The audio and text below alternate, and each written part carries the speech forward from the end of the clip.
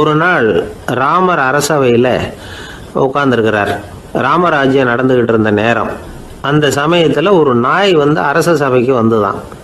அது தலையில் அடிபட்டு ரத்தம். அந்த கோலத்தில் அது அங்கே வந்தது.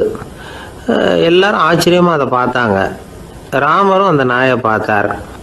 நீங்கள் வந்த காரியம் என்ன, என்ன நடந்தது, எதுவாக இருந்தாலும் பயப்படாமல் சொல்லு அப்படின்னார். உடனே அந்த நாய் மெதுவாக சொல்ல ஆரம்பிச்சுதான். ஐயா, நான் தெருவில் போய்கிட்டு இருந்தேன். வழியில் ஒருத்தர் வந்தார். அவர் வேத சாஸ்திரம்லாம் படித்த பெரியவர். அவர் எந்த காரணமும் இல்லாமல் அவர் கையில் வச்சுருந்த குச்சியால் என் தலையில் அடிச்சுட்டார். அதுதான் தலையில் ரத்தம். இதை நீங்கள் விசாரித்து தகுந்த தீர்ப்பு வழங்கணும் அப்படின்னு தான் அந்த நாய். ராமர் பார்த்தார். உடனே தன்னுடைய காவலர்களை அனுப்புனார். அந்த ஆளை எங்கே இருந்தாலும் போய் கொண்டுகிட்டு வாங்க அப்படின்னு விட்டார். காவலர்கள் போனாங்க. அந்த ஆளை பிடிச்சி கொண்டு வந்துட்டாங்க. அரண்மனைக்கு வா அப்படின்னு சொல்லி கூப்பிட்டுட்டு வந்துட்டாங்க. என்ன நடந்ததுன்னு விசாரித்தார் ராமர்.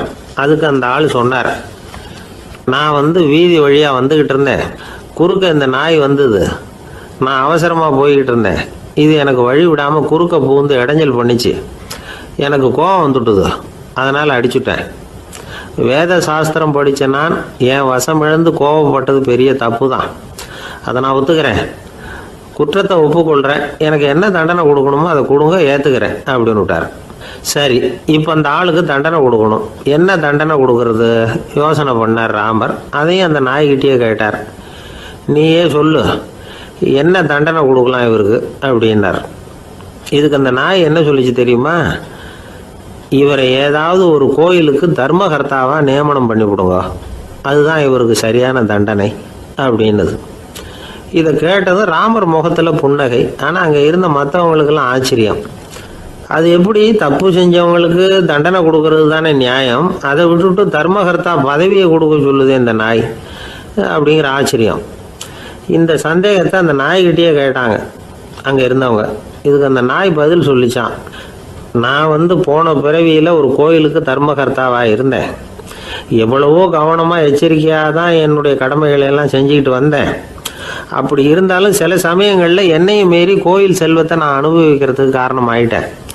ஒரு கோவிலுக்கு தர்மகர்த்தாவாக இருக்கிறவங்க எப்படியும் இந்த பாவத்திலேருந்து தப்பிக்கிறது கஷ்டம். அதனால தான் நான் இந்த பிறவியில் நாயாக பிறந்து இப்படி கஷ்டப்படுறேன். இதே நிலைமை இந்த ஆளுக்கும் ஏற்படணும் அப்படிங்கிறதுக்காக தான் அவரையும் ஒரு கோயிலுக்கு தர்மகர்த்தாவை நியமிக்கும்படி கேட்டுக்கிட்டேன் அப்படின்னு தான் இந்த நாய். இதிலேருந்து என்ன தெரியுது? எந்த பதவியில் நாம் இருந்தாலும் நமக்கு தெரியாமல் கூட அதை தவறாக உபயோகப்படுத்தக்கூடாதுங்கிறத இதிலேருந்து புரிஞ்சுக்கணும். இல்லைன்னா அடுத்த பிறவியில் நாயாக பிறந்து எங்கேயாவது போய் வாழை ஆட்டிட்டு நிற்க வேண்டியது தான். கோவில் வாசலில் 2 நாய் பேசிக்கிட்டு இருந்து தான். போன ஜென்மத்தில் நான் மனுஷனாக தான் இருந்தேன். ஒரு கோவில் பூசாரி பேச்சை கேட்டுவிட்டு அவரோட கூட்டு சேர்ந்துக்கிட்டு ஆண்டவன் போட்டிருந்த நகையெல்லாம் அபகரித்து என்கிட்ட கொடுத்தாரு அவர். நான் எடுத்துகிட்டு வந்துட்டேன். திருடினது அந்த ஆள் தான், எடுத்துக்கிட்டு வந்தது தான் நான். இருந்தாலும் நான் மட்டும் நாயாக பிறந்துட்டேன். இப்போ மட்டும் அந்த பூசாரி என்கிட்ட மாட்டினா கடித்து குதறி விடுவேன் அப்படின்னு தான். அவசரப்பட்டு அப்படி செஞ்சுடாதே. பதிலுக்கு அவரும் உன்னை திருப்பி கடித்தாலும் கடிச்சிருவார். ஏன்னா அவரும் இப்போ ஒரு நாயாக தான் பிறந்திருக்கிறார் அப்படின்னு தான். இன்னொன்று, அது எப்படி உனக்கு தெரியும்னு தான். இது நான் தானே அது அப்படின்னு தான் அந்த நாய். ஒருத்தர் ஒரு தவறு செஞ்சு விடுறாருன்னு வச்சுக்கோங்க. உடனே நீ செஞ்சது தவறு அப்படின்னு சொல்கிறது ஒரு வகை. அதுக்கு பதிலாக எது சரின்னு அவர் புரிந்து கொள்ள உதவி செய்கிறது இன்னொரு வகை. இந்த 2வது வகை இருக்குது பாருங்கள், நிர்வாக இயலில் இது ரொம்ப முக்கியம். அலுவலகத்தில் வேலை பார்க்குற ஒருத்தர் முக்கியமாக தெரிஞ்சுக்க வேண்டியது என்ன தெரியுமா? சக ஊழியர்கள்கிட்ட எப்படி பழகணும், மேலதிகாரிகள்கிட்ட எப்படி பழகணும், தனக்கு கீழே வேலை செய்கிறவங்கக்கிட்ட எப்படி பழகணும், வாடிக்கையாளர்கள்கிட்ட எப்படி பழகணும், இவங்க எல்லார்கிட்டையும் செம்மையான உறவை ஏற்படுத்திக்கிறது எப்படி. இதையெல்லாம் சொல்லிக் கொடுக்குற பாடம் தான் இன்டர் பர்சனல் ஸ்கில், திறமையான உறவு அப்படிங்கிறது. எந்த வேலையில் இருந்தாலும் சரி, இந்த உறவுகளை வளர்க்கும் திறன் உள்ளவங்க சீக்கிரம் முன்னுக்கு வந்துடுறாங்க. மற்றவங்க கிட்ட உறவை பலப்படுத்திக்கிறது எப்படி அப்படின்னு தெரிஞ்சுக்கிட்டோம்னா எந்த ஒரு தடையையும் சுலபமாக தாண்டி செய்கிற தொழிலில் முன்னுக்கு வந்துடலாம். ஹார்வர்டு பல்கலைக்கழகத்தில் ஒரு கணக்கெடுப்பு பண்ணி பார்த்தாங்களாம். பார்க்குற வேலையில் எது மாதிரி குணாதிசயம் உள்ளவங்க வேகமாக முன்னுக்கு வர்றாங்க அப்படின்னு தெரிஞ்சுக்கிறதுக்காக இந்த கணக்கெடுப்பு. வெவ்வேறு துறையில் வேகமாக முன்னுக்கு வந்திருக்கிற பல பேரை சந்தித்து இந்த சர்வேயை நடத்தியிருக்கிறாங்க. அவங்க கண்டுபிடிச்சி சொல்லியிருக்கிற உண்மை என்ன தெரியுமா? ஒருத்தர் ஒரு வேலையில் இருந்தால் அது சம்பந்தப்பட்ட சப்ஜெக்ட் பற்றிய அறிவு 35% இருந்தால் போதுமா. ஆனால் உறவுகளை வளர்க்கக்கூடிய திறன், இன்டர் பர்சனல் ஸ்கில்லு 65% வேணும். இப்படி உள்ளவங்க சீக்கிரம் முன்னுக்கு வந்துடுறாங்களாம். அதனால் ஒருத்தருக்கு வேலை சரியாக புரியலைன்னா கூட விவரமாக மற்றவங்க கிட்ட பழகிறது எப்படின்னு புரிஞ்சால் போதும், அவர் முன்னுக்கு வந்துடலாம். அலுவலகங்களில் மட்டும் இல்லை, எல்லா இடங்கள்லையும் இது ரொம்ப முக்கியம். வீட்டுக்குள்ளேயும் இது ரொம்ப முக்கியம், வீட்டுக்கு வெளியேயும் இது முக்கியம். அடுத்தவங்க கிட்ட பழகிறது எப்படிங்கிறத தெரிஞ்சிக்காதவன் வாழ்க்கையில் முன்னேற முடியாது. இன்றைக்கி ஆயுதங்களால் காயப்படுத்தி கொள்ளுகிறவர்களை விட வார்த்தைகளால் காயப்படுத்தி கொள்ளுகிறவர்கள் தான் அதிகம். பெரியவங்க என்ன சொல்கிறாங்க தெரியுமா? நீங்கள் இந்த பூமியில் பிறந்ததன் அர்த்தம் பூர்த்தி ஆகணும்னா அடுத்தவங்களுக்கு உதவி பண்ணுங்க. அடுத்தவங்களுக்கு உதவி செய்ய முடியாவிட்டால் கூட பரவாயில்லை, ஆனால் யாரையும் புண்படுத்தி விடாதீங்க அப்படின்னு சொல்கிறாங்க. எனக்கு தெரிஞ்ச ஒருத்தர் ஒரு அலுவலகத்தில் வேலை பார்க்குறார். அவர் சொல்லுவார், எனக்கு இந்த இன்டர் பர்சனல் ஸ்கில் ரொம்ப அதிகம் சார். சக ஊழியர்கள்கிட்ட ரொம்ப சுமூகமாக நடந்துக்குவேன். என் கூட வேலை பார்க்குற ஒருத்தருக்கு ஏதாவது ஒரு கஷ்டம்னா அந்த சமயத்தில் அவர் செய்ய வேண்டிய வேலையை நான் செஞ்சிருவேன் சார் அப்படிம்பார். நான் அவர்கிட்ட சமீபத்தில் அப்படி ஏதாவது செஞ்சுருக்கீங்களா அப்படின்னு கேட்டேன். செஞ்சுருக்கேன் சார். போன வாரம் புதன்கிழமை ஆஃபீஸில் என் பக்கத்து சீட்டுக்காரருக்கு வயிற்று வலி. உடனே நான் மெடிக்கல் லீவ் போட்டுவிட்டு எங்கள் வீட்டுக்கு போயிட்டேன் சார் அப்படின்னார். ஒரு நண்பர் அவசரமாக என்கிட்ட ஓடி வந்தார். அப்புறம் சொன்னார், என்னால் நம்பவே முடியல சார், என் பையனா இப்படி அப்படின்னு சொல்லி ஆச்சரியப்பட்டார். உங்கள் பையன் அப்படி என்ன தான் செஞ்சுட்டான் அப்படின்னு கேட்டேன். என்னால் முடியாத ஒரு காரியத்தை அவன் செஞ்சுட்டான் சார் அப்படின்னார். அது என்னன்னு தான் சொல்லுங்களேன். என்ன 5வது வகுப்பில் அவன் ஒரே தடவையில் தேறிட்டான் சார். அதாவது ஒரே அட்டம்ப்டில் பாஸ் ஆகிருக்கான் அப்படின்னார் மூச்சு வாங்க. கஷ்டப்பட்டு பரீட்சை எழுதுனது அவன், இவருக்கு ஏன் மூச்சு வாங்குது? நம்மால் செய்ய முடியாத ஒரு காரியத்தை இன்னொருத்தர் செய்யும் பொழுது அது நமக்கு ஆச்சரியமாக இருக்குது. சர்க்கஸ் பார்க்குறோம், ஒருத்தர் அந்த இடத்துல தொங்குறார், அது நமக்கு ஆச்சரியம். ஏன்னா அது நம்மால் முடியாத காரியம். நம்மால் முடியாத ஒன்றை அடுத்தவர் எளிதாக செய்யும் பொழுது நாம் மருள்வது இயற்கை. இதை தான் தொல்காப்பியம் மருட்கை அப்படின்னு சொல்லுது. இந்த வியப்பு இருக்குதே, இது 4 வகையில் ஏற்படுறதாக தொல்காப்பியம் சொல்லுது. அது என்ன 4 வகை? முதல் வகை எப்படின்னா புதுமையான அரிய செயல்களை செய்கிறது. 2வது வகை என்னென்னா பெரும் செயல்களை செய்கிறது. 3வது வகை என்னென்னா மிக நுட்பமான செயல்களை செய்கிறது. 4வது வகை என்னென்னா ஆக்கம் தரும் செயல்களை செய்கிறது. புதுமை, பெருமை, சிறுமை, ஆக்கமோடு மதினம் சாலா மருட்கை 4 அப்படிங்கிறது தொல்காப்பியம். இன்றைக்கி விஞ்ஞானம் புதுசு புதுசாக எதையோ கண்டுபிடிக்குது. ஆரம்பத்தில் அது ஆச்சரியமாக இருக்குது, அப்புறம் அது நமக்கு பழகி போடுது. வானொலி பெட்டி புதுசாக வந்தப்போ ஒரு பெட்டி பேசுதுங்கிறது எவ்வளோ பெரிய ஆச்சரியம். இப்போ யாரும் அதை ஆச்சரியமாக பார்க்குறதில்ல. மதினம் சாலா மருட்கை அப்படின்னு ஒரு சொற்றொடர் வருது பாருங்க, அதில் கருத்தாழம் உண்டு. எதை பற்றியும் போதுமான அளவு புரிந்து கொள்ளாத போது ஒருத்தர் ஆச்சரியப்படுறார். புரிந்து கொண்ட பிறகு ஆச்சரியம் மறைஞ்சு போடுது. மிக நுட்பமான செயல்களும் நம்ம ஆச்சரியப்பட வைக்கும். ஒரு அரிசியில் ஒரு திருக்குறள் எழுதி காட்டுறாங்க, ஒரு முட்டை ஓட்டுக்குள்ளே ஓவியம் தீட்டி காட்டுறாங்க. கருங்கல் சிற்பங்களில் எவ்வளவு நுட்பமான வேலைப்பாடுகளை எல்லாம் பார்த்து ஆச்சரியப்படுறோம். இது மாதிரி ஆக்கப்பூர்வமான அரிய செயல்களை செய்கிறது கூட வியப்பை உண்டு பண்ணும். குப்பை கூலங்களை கூட வாழ்க்கைக்கு பயன்படுகிற பொருளாக மாற்றுகிறவர்கள் இருக்காங்க. அவர்களுடைய செயல் வியப்பு அளிக்குது. இடைக்காட்டு சித்தர் பாடின 30 நூலில் வர்ற ஒரு பாடல், ஆற்றல் பிறர் அறிதலின் அகம் கிளர்வு உறுதலின் கற்று அறி பாணர் கழுமிய கோடலின் தோற்றம் உருகவே போற்றல் சால் வியப்பே. ஒருத்தருடைய ஆற்றல் தெரியாமல் இருந்தது, அவருடைய அரிய செயலை பார்க்கும் பொழுது வியப்பாக இருந்தது, மனசுக்குள்ள கிளர்ச்சி.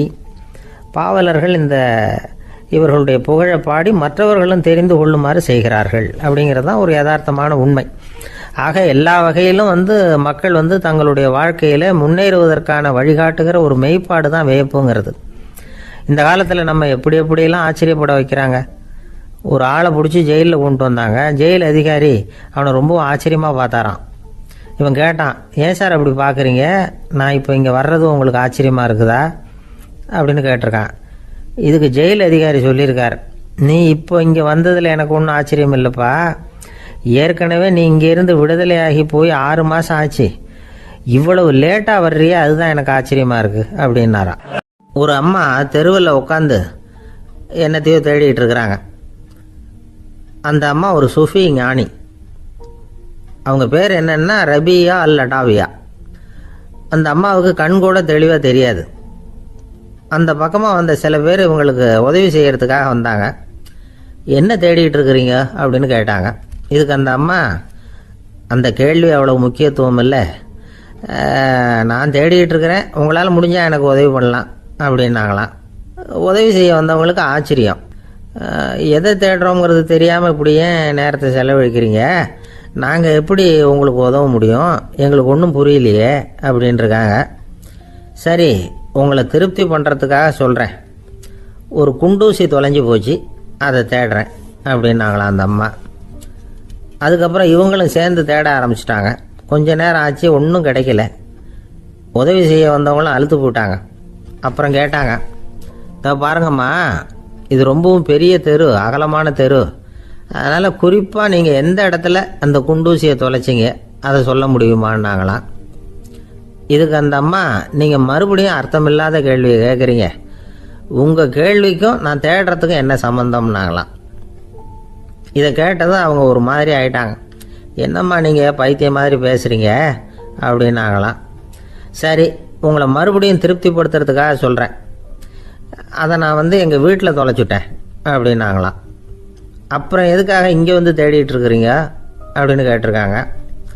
ஏன்னா இங்கே தான் வெளிச்சம் அதிகமாக இருக்குது, அங்கே வீட்டுக்குள்ளே இருட்டாக இருக்குது, அதனால் இங்கே வந்து தேடுறேன், வெளிச்சம் உள்ள இடத்துல தானே தேட முடியும் அப்படின்னாங்களாம் அந்த ஞானி. இந்த கதைக்கு என்ன அர்த்தங்கிறத பெரியவங்க சொல்கிறாங்க. அதாவது இந்த தேடுதல்ங்கிறது ஒரு வியாதி, அது நம்ம சதா அலைய வைக்கும், பைத்தியமாக மாற்றுறதுக்கு முயற்சி பண்ணோம், ஒரு காலம் அது நிறைவு அடையவே அடையாது. வாழ்வுங்கிறது ஒரு புரிந்து கொள்ள முடியாத சதா இயங்கி கொண்டிருக்கிற ஒரு செயல், அதுக்கு ஆரம்பமும் இல்லை முடிவும் கிடையாது.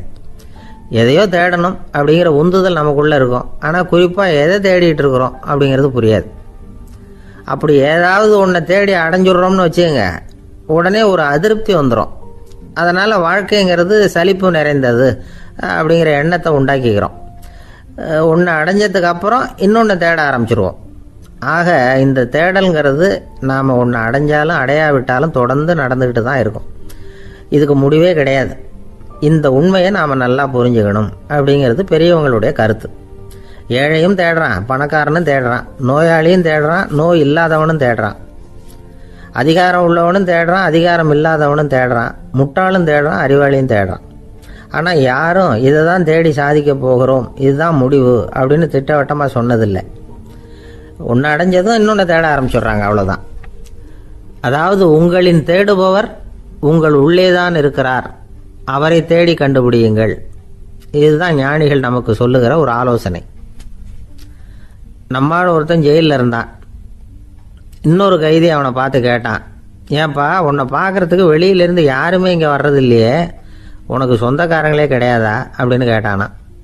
ஏன் இல்லை, எனக்கு சொந்தக்காரங்க நிறைய பேர் உண்டு, அவங்க என்னை பார்க்க வராததுக்கு காரணம் வேற அப்படின்ட்டுருக்கான் இவன். என்ன காரணம்னு கேட்டான் அவன். அதுக்கு இவன் சொன்னானா, அதுக்கு என்ன காரணம்னா அவங்க எல்லாரும் இங்கே உள்ளே இருக்கிறாங்க அப்படின்னானா. ஒரு ஆசாமி வேகமாக ஓடிக்கிட்டு இருந்தான். ஏன் இப்படி ஓடுறேன்னு கேட்டார் இன்னொருத்தர். அங்கே ஒரு ஆள் அடிபட்டு கிடக்கிறான், அதை பார்த்தேன், உடனே ஓடுறேன்னா. எங்கேன்னு கேட்டார். ஆஸ்பத்திரிக்குன்னா. ஒரு ஆள் அடிபட்டு கிடக்கிறத பார்த்தா உடனடியாக நாம் செய்ய வேண்டியது முதல் உதவி, அதுக்கப்புறம் தான் ஆஸ்பத்திரி. இன்றைக்கி விபத்துங்கிறது சர்வசாதாரணமாக நடந்துக்கிட்டு இருக்குது. வாகன விபத்து, வெடிகுண்டு விபத்து, தீ விபத்து, கட்டடம் சரியறது, பூகம்பம், இப்படி நிறைய நடக்குது. ஒரு விபத்தை பார்த்துட்டா நம்மளில் பல பேர் நமக்கு என்னத்துக்கு வம்புன்னு ஒதுங்கி போயிடுறதும் உண்டு. சில பேர் துணிஞ்சு கிட்ட போய் உதவி செய்கிறதும் உண்டு. அப்படி உதவி செய்ய நினைக்கிறவங்களுக்கு உபயோகப்படுற தகவல் இது. விபத்தில் காயமடைஞ்சவங்களை 3 பிரிவாக பிரிக்கலாமா. முதல் வகை கொஞ்சம் சீரியஸானது. உயிருக்கு உடனே ஆபத்து தரக்கூடியது. மூளை காயம், முகம், கழுத்து காயங்கள், இருதயம், நுரையீரல் காயங்கள், வயத்தில் உள்ளுறுப்பு காயங்கள், அதிகப்படியான இரத்தப்போக்கு, இதனால எல்லாம் பாதிக்கப்பட்டிருந்தால் அது முதல் வகை அப்படின்னு நாமளே மனசுக்குள்ளே முடிவு பண்ணிக்கணும். இவங்களுக்கெல்லாம் உடனடியாக முதல் உதவி கொடுக்கணும். தாமதப்படுத்தாமல் ஆஸ்பத்திரிக்கு கொண்டுகிட்டு போயிடணும். இப்படி கொஞ்சம் எச்சரிக்கையாக நடந்துக்கிட்டால் அவங்களில் பல பேரை காப்பாற்றி போடலாம்.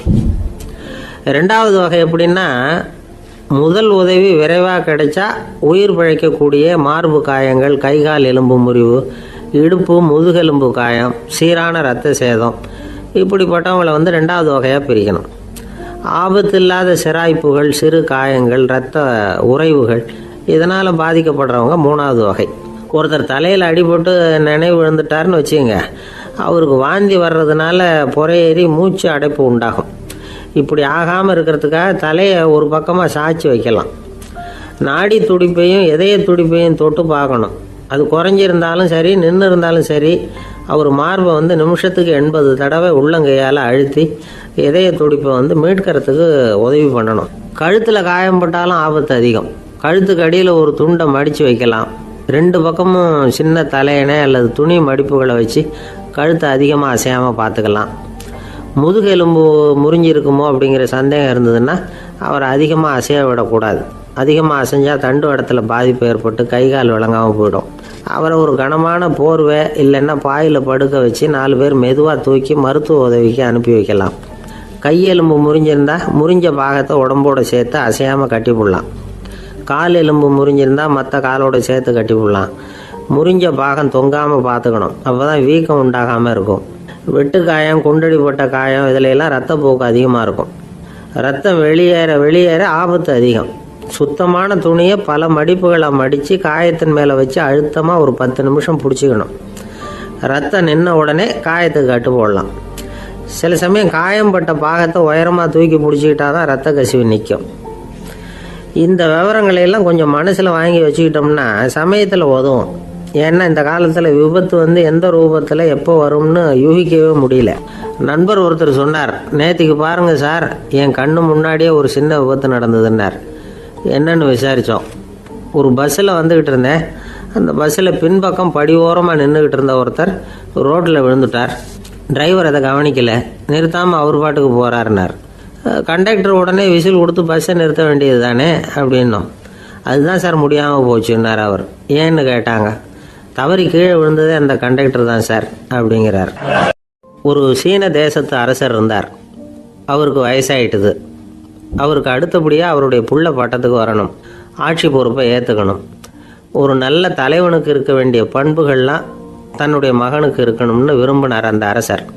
அதனால் இளவரசனை பக்கத்தில் இருந்த ஒரு குரு கிட்ட அனுப்புனார். இளவரசன் அவர்கிட்ட போய் சேர்ந்தான். அந்த குரு என்ன பண்ணார் தெரியுமா? இவனை பார்த்து சொன்னார், இதை பாருப்பா, நீ என்ன பண்ணுற, இப்போவே பக்கத்தில் இருக்கிற காட்டுக்கு போ, நடுக்காட்டில் போய் ஒரு இடத்துல உட்காந்துக்கோ. அங்கே என்னென்ன சத்தம்லாம் உன் காதில் விழுதுன்னு கவனித்து கேளு. உன் காதில் விழுந்த ஓசைகள் என்னென்னங்கிறத என்கிட்ட சொல்லு, அதுதான் எனக்கு தெரியணும், உனக்கு வேலையும் அதுதான் அப்படின்னு சொல்லி அனுப்பி வச்சுட்டார். இளவரசன் காட்டுக்கு போனான். குரு சொன்னபடியே ஒரு இடத்துல உட்காந்து கவனித்து கேட்டான். அதுக்கப்புறம் குருக்கிட்ட திரும்பி வந்தான். என்னென்ன சத்தம்லாம் கேட்ட அப்படின்னு கேட்டார் குரு. குருவே, காட்டில் நான் பறவைகள் சத்தம்லாம் கேட்டேன், மிருகங்களின் ஓசையையும் கேட்டேன், இதை தவிர இடி, மின்னல், மழை இதுகளோட சத்தத்தையும் கேட்டேன் அப்படின்னா. குரு யோசனை பண்ணார், நீ இன்னமும் சரியாக கேட்கல, அதனால் மறுபடியும் காட்டுக்கு போ, கொஞ்ச நாள் தங்கியிருந்து கேட்டுட்டு வா அப்படின்னார். இளவரசனுக்கு ஒன்றும் புரியல. இருந்தாலும் குருவின் கட்டளையாச்சே, மறுக்க முடியுமா? உடனே அவன் மறுபடியும் காட்டுக்கு போனான். ஒரு இடத்துல உட்காந்தான். கொஞ்ச நேரம் உன்னிப்பாக கவனித்து கேட்டான். சில நாள் கழித்து குருக்கிட்ட திரும்பி வந்தான். குருவே, இந்த தடவை சில துல்லியமான சத்தங்களை எல்லாம் கேட்டான். தேனீ பறக்கிற சத்தம், நீரோடையின் மெல்லிய ஓசை, இதெல்லாம் கேட்டேன்னா. குரு சிரித்தார். நீ மறுபடியும் காட்டுக்கு போ, இன்னும் சில நாள் அங்கே இரு, முழுமையாக கவனமாக கேட்டுக்கிட்டு வா அப்படின்னு சொல்லி அனுப்பி வச்சுட்டார். இளவரசனுக்கு குழப்பம் அதிகமாயிட்டுது. ஒன்றுமே புரியல. மறுபடியும் காட்டுக்கு போனான். மௌனமாக ஒரு இடத்துல உட்காந்துட்டான். அப்படியே தியானத்தில் ஆழ்ந்துட்டான். சில நாளில் அவனுக்கு இதுவரை கேட்காத ஓசைகள்லாம் கேட்க ஆரம்பிச்சிட்டுது. இதைத்தான் நான் கேட்கணும்னு என்னுடைய குரு எதிர்பார்த்துருக்கிறாருங்கிறத புரிஞ்சுக்கிட்டான். உடனே குருக்கிட்ட ஓடனான். குருவே, இந்த தடவை காதுகளுக்கு கேட்க முடியாத சில ஓசைகளை கூட என்னால் உணர முடிஞ்சுது. பூ மலருகிற ஓசை, சூரியனால் பூமி சூடாகிறப்போ எழுகிற ஓசை, காலை பனித்துளி இந்த புல்லுலாம் குடிக்கிற ஓசை, இது எல்லாம் என்னால் நல்லா கேட்க முடிஞ்சுது அப்படின்னா. குருவுக்கு இப்போ தான் திருப்தி ஏற்பட்டு தான் இளவரசனை பார்த்து சொன்னார், இதை பாருப்பா, இப்போ தான் நாட்டை ஆளுகிற தகுதி உனக்கு வந்திருக்குது அப்படின்னு சொல்லி அதுக்கு விளக்கமும் கொடுத்தாராம். எந்த அரசன் தன்னுடைய மக்களின் இதயம் பேசுகிற மௌன மொழியை, மௌன வார்த்தைகளை கேட்குறானோ அவன்தான் ஆள தகுதி உள்ளவன். எந்த அரசன் தன்னுடைய மக்களின் உணர்ச்சிகளை உண்மையாக உணர்றானோ அவன்தான் முதன்மையான அரசன். போலி வார்த்தைகளை மட்டும் கேட்டுட்டு பல மௌன ராகங்களை காதில் வாங்கிக்காதவன் அரசனே இல்லை. எந்த நாட்டில் எப்போ ஒரு அரசன் தன்னுடைய மக்களின் உணர்ச்சிகளை கேட்க மறுக்கிறானோ அன்னையிலேருந்தே அந்த நாடு அழிய தொடங்குது அப்படின்னு அர்த்தம். இதுதான் அந்த குரு இளவரசனுக்கு போதிச்சது. வாயால் பேசுகிறத மட்டும் கேட்டு ஏமாறக்கூடாது, உணர்ச்சிகளையும் கேட்கறதுல தான் மனப்பக்குவம் உண்டாகும். மக்கள் உணர்ச்சிகளை புரிந்து கொள்ளாத அரசர்கள் நீடிச்சிருக்க முடியாது. அது மாதிரி நாடுகளில் அடிக்கடி குழப்பம் தான் உண்டாகும். அப்படி இருந்தால் அடிக்கடி ஆட்சி மாறிக்கிட்டு இருக்கும். அப்படிப்பட்ட ஒரு தேசம், அங்கே ஒரு சிறைச்சாலையில் 3 கைதிகள் பேசிக்கிட்டு இருந்தாங்க. ஒருத்தன் சொன்னான், நான் இந்த நாட்டு ராஜாவை எதிர்த்து பேசிக்கிட்டு இருந்தேன், அதனால் என்னை பிடிச்சி கொண்டாந்து இங்கே போட்டுட்டாங்க அப்படின்னா ஒருத்தன். இன்னொருத்தன் சொன்னான், நான் இந்த நாட்டு ராஜாவை ஆதரித்து பேசிக்கிட்டு இருந்தேன், அதனால் என்னை பிடிச்சி கொண்டாந்து இங்கே தள்ளிவிட்டாங்க அப்படின்னா. அது சரி, நீ என்ன தப்பு பண்ண அப்படின்னு சொல்லி 3வது ஆளை பார்த்து இவங்க கேட்டாங்க. அதுக்கு அந்த ஆள் சொல்கிறான், நான் தான் இந்த நாட்டு ராஜா அப்படின்னானா. கணவன் மனைவி அன்பாக இருக்கணும், ஒருத்தர் நல்லா புரிஞ்சுக்கணும், விட்டு கொடுக்குற மனப்பான்மை வேணும். அதுதான் ஒரு நல்ல குடும்பம். இன்றைக்கி பல குடும்பங்களில் அர்த்தமில்லாத சண்டைகள் தான் அதிகம். கிராமப்புறங்களில் வேடிக்கையாக ஒரு கதை சொல்லுவாங்க. ஒரு ஊரில் ஒரு ஆள் இருந்தான், வேலை வெட்டி இல்லாமல் சும்மாவே இருந்தான். அவனுக்கு கல்யாணம் பண்ணி வச்சாங்களாம். மனைவி சேர்ந்தா, சும்மாவே உட்காந்துருக்கிறியே, ஏதாவது சம்பாதிக்கிற வழியை பாரு அப்படின்ட்டுருக்கா. அதுக்கு தான் யோசனை பண்ணிகிட்டு இருக்கிறேன், ஒரு அருமையான ஐடியா அப்படின்னானா. என்ன அது சொல்லு அப்படின்ட்டுருக்கா. அவ ஒரு ஆட்டுக்குட்டி வாங்க போகிறேன்ருக்கான். அதை வாங்கி என்ன பண்ண போகிறேன்னா, அந்த குட்டி வளரும், பெருசாகும், அதுக்கப்புறம் அது நிறைய குட்டி போடும் அப்படின்ட்டுருக்கான். சரி, அப்புறம் என்ன, அதையெல்லாம் சந்தையில் கொண்டுட்டு போய் விற்றுவிட்டு அந்த காசுக்கு ஒரு எருவு மாடு வாங்கலாம். சரி, அது எதுக்கு? எருவு மாடு நிறைய பால் கொடுக்கும், அதை கொண்டுகிட்டு போய் பால் பண்ணையில் கொடுப்பேன், அல்லது நானே விற்றுருவேன், கை நிறைய காசு கிடைக்கும். அதுக்கப்புறம் ஒரு பசுமாடு வாங்குவேன், பாலையும் விற்கலாம், நாமளும் காய் போட்டு சாப்பிட்லாம், இப்படிலாம் சொல்லியிருக்கான். அப்போ அந்த பொண்ணு சொல்லிச்சான், அடுத்த தெருவில் இருக்கிற எங்கள் அம்மா வீட்டுக்கும் கொஞ்சம் பால் கொடுத்து அனுப்பலாம் அப்படின்ட்டுருக்கான் அந்த பொண்ணு. இந்த இடத்துல கணவனுக்கு கோவம் வந்துட்டுது. அது எப்படி உங்கள் அம்மா வீட்டுக்கு எதுக்கு கொடுக்கணும், அதெல்லாம் முடியாதுன்றிருக்கான். இந்த இடத்துல சண்டை ஆரம்பமாயிட்டுது. கொஞ்ச நேரத்தில் 2 பேரும் சத்தம் போட ஆரம்பிச்சிட்டாங்க. கடுமையான சண்டை நடக்கிறத பக்கத்து வீட்டுக்காரன் காதில் வாங்கினான். அவன் ஓடியாந்தான். அவனுக்கு தெரியும், வாங்காத மாட்டுக்காக இப்படி சண்டை போட்டுக்கிட்டு இருக்கிறாங்கங்கிறது அவனுக்கு புரியும். அவன் ஓடி சொன்னான், ஏண்டா உன்னோட பசுமாட்டை ஒழுங்காக கட்டி போடக்கூடாதான்ருக்கான். என்னடா சொல்கிறேன்னா, இவன் உன் மாடு என் தோட்டத்தில் மேய்ஞ்சுட்டுது, பயிரெலாம் நாசமாயிட்டுது, 10,000 ரூபா அளவுக்கு சேதம், அதை வாங்கிட்டு போகிறதுக்கு தான் வந்தேன், குடுறா 10,000 நானா. இவன் அரண்டு போயிட்டான். அப்புறம் சொன்னான், டே, நான் இன்னும் மாடே வாங்கலையே, அதுக்குள்ளே அது எப்படிடா உன் தோட்டத்தில் மேயும், என்னடா உளறேன்ருக்கான். நீ தாண்டா இப்போ உளறிக்கிட்டு இருக்க, மாடே வாங்கலை, அதுக்குள்ளே எப்படிடா உன்னுடைய மனைவி அவங்க அம்மா வீட்டுக்கு பால் கொடுத்து அனுப்ப முடியும் அப்படின்னு அவன் கேட்டானா. நம்ம ஆளுக்கு இப்போ தான் புத்தி வந்துதான். அர்த்தமே இல்லாத சண்டை போட்டுக்கிட்டு இருக்கிறோம் அப்படிங்கிறத அவன் புரிஞ்சுக்கிட்டானான். இது நம்ம முன்னோர்கள் சொல்லியிருக்கிற ஒரு கதை. சண்டையில் தான் அர்த்தம் இல்லையே தவிர கதையில் அர்த்தம் உண்டு. அதாவது இல்லாத விஷயங்களுக்காக சண்டை போட்டுக்கிட்டு இல்லறத்தை வீணாக்கிக்கிட்டு இருக்கிற மனிதர்கள் இன்றைக்கு நிறைய பேர் இருக்கிறாங்க. ஒருத்தன் தன்னுடைய மனைவியை பற்றி மாமனார்கிட்ட புகார் சொன்னானா, மாமா, உங்கள் பொண்ணு அர்த்தமில்லாத சண்டை போடுறா, எதுக்கு எடுத்தாலும் எடுத்து எறிஞ்சு பேசுகிறா அப்படின்ட்டுருக்கான். நீ எப்படி மாப்பிள்ளை அதை சமாளிக்கிற அப்படின்னு கேட்டிருக்காரு அவர். அவள் எடுத்து எறிகிறது என் மேலே படாமல் ஒதுங்கி நின்றுக்கிறேன் அப்படின்னு நானா இவன்.